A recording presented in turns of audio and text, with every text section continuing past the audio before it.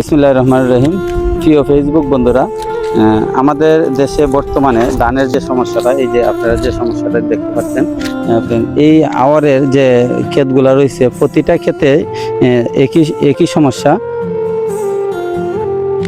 ধানগুলা একেবারে নষ্ট হয়ে গেছে, জানি না কি কারণ। যদি আমার ফেসবুক লিস্টে এমন কোনো বন্ধু থাকো যে এই ধান নষ্ট হওয়ার কারণ কি এবং তার প্রতিকার কি কারণে নষ্ট হয়েছে বা তার প্রতিকার কি জানা থাকে, তাহলে আমাদেরকে জানাবেন। জানালে আমাদের দেশের কৃষকরা অনেক উপকৃত হবে।